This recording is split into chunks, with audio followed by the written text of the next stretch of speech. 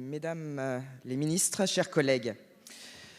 Alors depuis hier, j'écoute très attentivement tout ce qui peut se dire. Ça fait maintenant 8 heures qu'on discute de ce texte.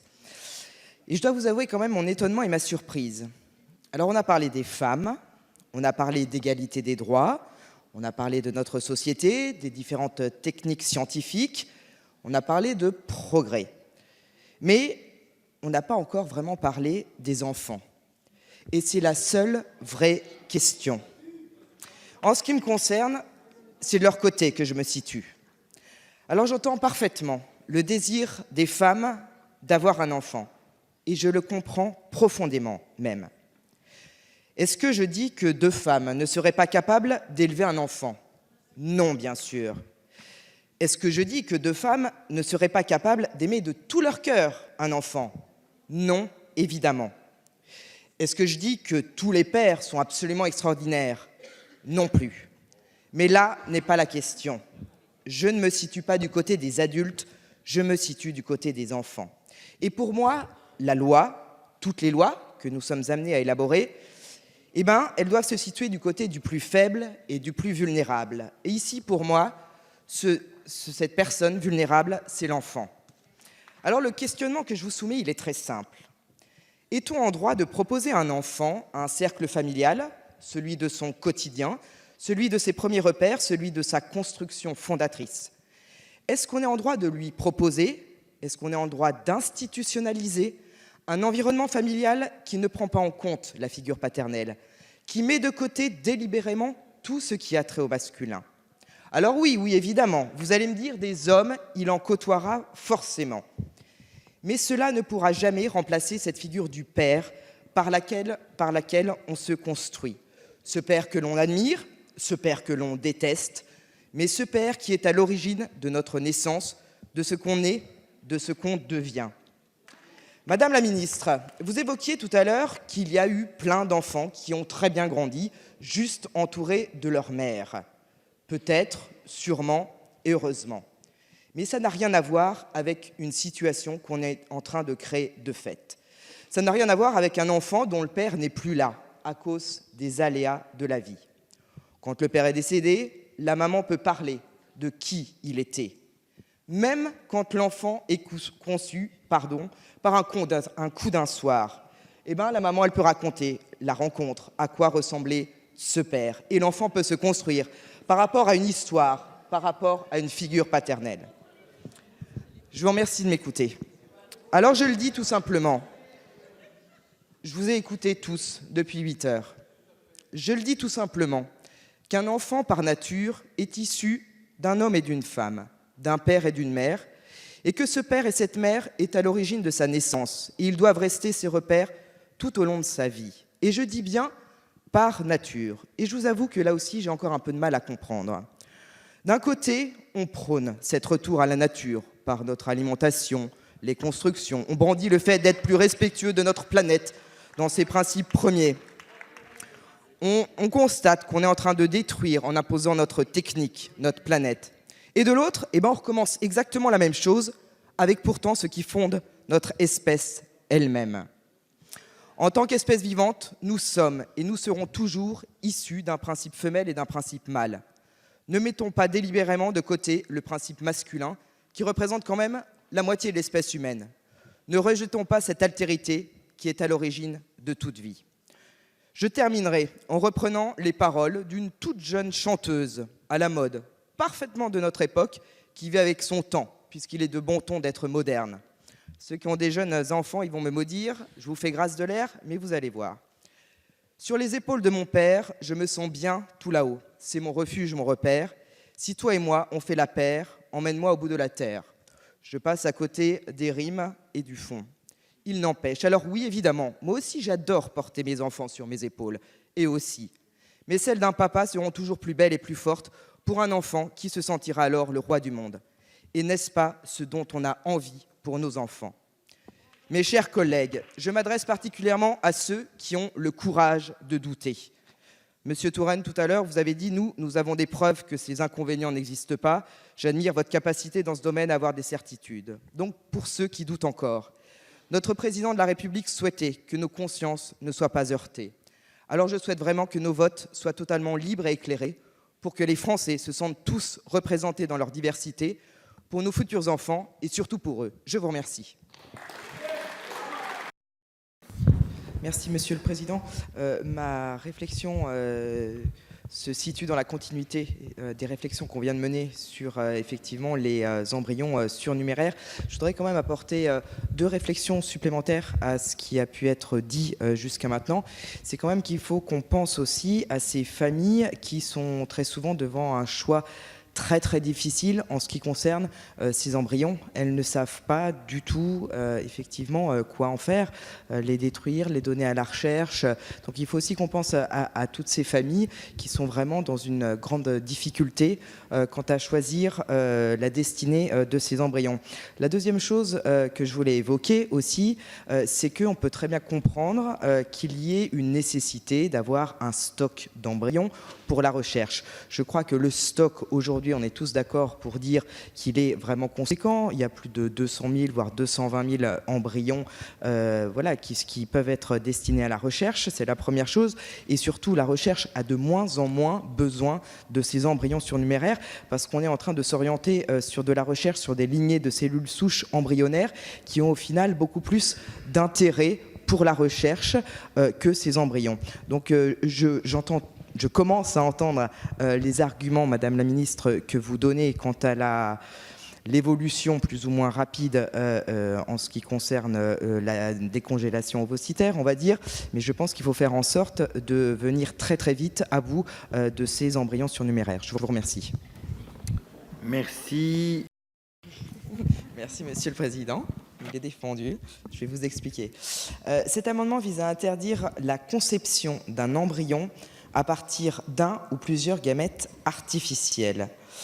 Alors tout à l'heure, sûrement que monsieur le rapporteur, qui pourtant a horreur d'endosser sa blouse, nous expliquera un peu plus ce qu'il en est. Mais moi, je vais vous dire les conséquences de cette possibilité.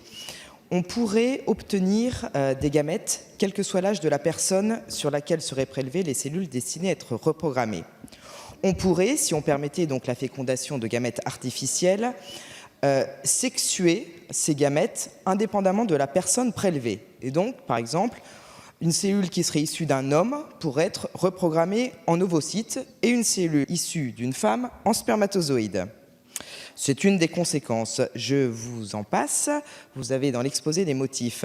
Il y a aussi un problème d'ordre juridique parce que le statut des enfants qui seraient ainsi conçus serait très complexe. Par exemple, un enfant pourrait être conçu à partir d'une cellule souche prélevée sur un embryon qui serait ensuite détruit. Donc en fait, cet enfant serait issu d'une personne n'ayant jamais existé. Ou encore, alors on n'est pas dans des choses comme ça qu'on imagine, ce sont des choses qui peuvent se faire. Un enfant peut être issu d'un ovocyte venant d'un homme. Alors est-ce que cet homme est son père ou sa mère? Ou alors d'un spermatozoïde issu d'une femme? Même question. C'est pour ça que je vous propose d'interdire fermement cette possibilité pour éviter toutes ces dérives. Je vous remercie. Je vous remercie, Madame. Merci, Monsieur le Président. 2 choses. La première chose, Monsieur le rapporteur, vous avez dit, effectivement, aujourd'hui, ça n'existe pas, mais quand ça existera, il ne faudra pas l'interdire, cette fécondation, pour permettre la recherche, justement. Moi, rien que ça, en fait, ça me pose problème. Parce que ce genre d'amendement, c'est pour éviter voilà, qu'il se produise, que ce soit de la recherche, puis après on dira on en a besoin encore un peu davantage. On est là, justement, avec ces lois de bioéthique, pour limiter. C'est la première chose. La seconde chose, et je rejoindrai ce que mes collègues ont pu dire. Madame la ministre, vous dites qu'aujourd'hui, ça relève de la science-fiction. Peut-être, sauf que on est là, encore une fois, pour éviter que cette science-fiction aujourd'hui ne devienne réalité demain. Donc si on ne met pas aujourd'hui dans la loi des choses, on sait que ça va arriver, tout est possible. Si on n'inscrit pas noir sur blanc, à quoi ça sert qu'on se réunisse aujourd'hui pour faire des lois de bioéthique? Merci, Monsieur le Président. On a déjà eu un petit peu ce débat, effectivement, hier. Alors moi, je suis très heureuse, effectivement, d'entendre l'avis de sagesse du rapporteur quand on dit que la nuit porte conseil. Ça semblerait que ce soit le cas. Sauf erreur de ma part, Monsieur le Ministre, il ne s'agit pas que d'interdire la fécondation en vue de la recherche. Il s'agit aussi d'en interdire la fécondation en vue d'un futur embryon qui pourrait être réimplanté. Voilà, je voudrais au moins quelques précisions à ce sujet. Je vous remercie. Merci beaucoup, Madame Brocard. Il n'y a pas d'autres demandes de prise de parole. Je vais donc mettre aux voix cet amendement. Oui, merci, Monsieur Edel. Mais je crois que si le gouvernement ou le rapporteur veulent répondre, ils sauront nous l'indiquer sans avoir besoin de votre intervention. Je vais donc mettre aux voix cet amendement 190, dont je rappelle qu'il a reçu un avis défavorable du gouvernement, mais que le rapporteur fait appel à la sagesse de l'Assemblée, qui est pour, qui est contre. Il n'est pas adopté. Le 1905, Madame Brocard, vous avez la parole. Alors, veuillez m'excuser, mais du coup, je vais réévoquer ce que j'ai pu évoquer hier déjà ici. Effectivement, Madame la ministre avait dit que ça relevait de la science-fiction et j'avais dit que oui, mais on était là justement pour parer à toutes les dérives futures qui pouvaient arriver. Une loi de bioéthique, pour moi, ce n'est pas pour faire des lois sur ce qui existe déjà, mais c'est bien pour éviter les futures dérives qu'immanquablement la recherche, un jour ou l'autre, permettra.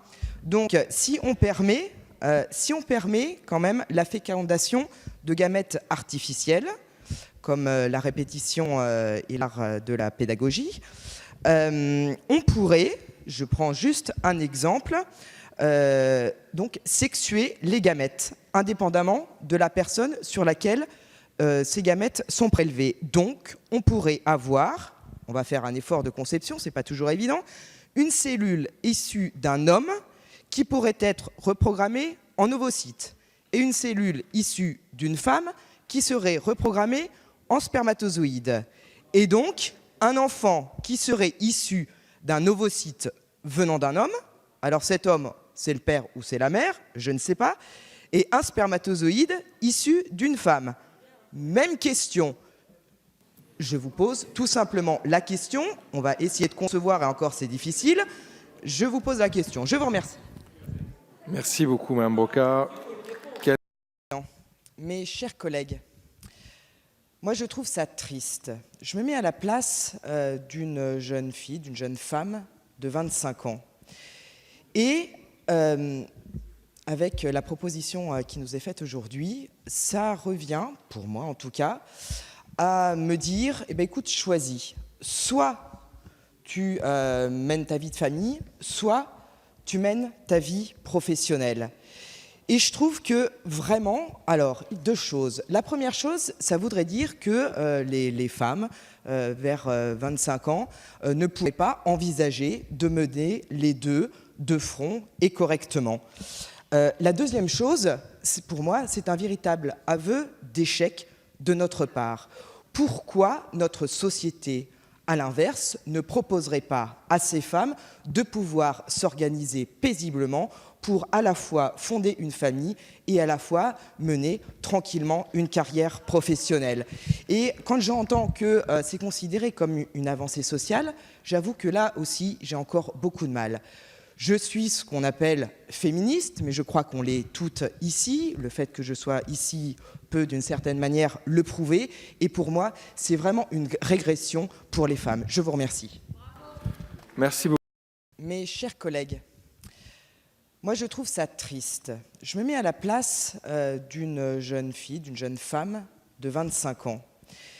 Et avec la proposition qui nous est faite aujourd'hui, ça revient, pour moi en tout cas, à me dire, eh bien, écoute, choisis. Soit tu mènes ta vie de famille, soit tu mènes ta vie professionnelle. Et je trouve que vraiment, alors, deux choses. La première chose, ça voudrait dire que les femmes, vers 25 ans, ne pourraient pas envisager de mener les deux de front et correctement. La deuxième chose, pour moi, c'est un véritable aveu d'échec de notre part. Pourquoi notre société, à l'inverse, ne proposerait pas à ces femmes de pouvoir s'organiser paisiblement pour à la fois fonder une famille et à la fois mener tranquillement une carrière professionnelle. Et quand j'entends que c'est considéré comme une avancée sociale, j'avoue que là aussi, j'ai encore beaucoup de mal.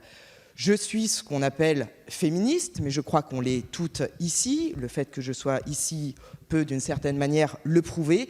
Et pour moi, c'est vraiment une régression pour les femmes. Je vous remercie. Merci. Merci, Monsieur le Président. Je ne vais pas parler des différents arguments qu'on peut entendre en ce qui concerne le souhait de ne pas aller vers l'autoconservation ovocytaire. Alors, pression des employeurs, les dérives de marchandisation ou les risques effectivement que plus tard ça ne fonctionne pas lorsque la femme décide d'avoir un enfant. Je vais m'appuyer sur ce qu'a dit notre collègue Guillaume Chiche. Effectivement, dans son rapport, à très juste titre, une femme sur deux s'arrête de travailler quand elle fait un enfant. Mais encore une fois, posons-nous là les vraies bonnes questions. Vous venez de me dire, Monsieur le Ministre, que l'allongement des études n'était pas un échec collectif.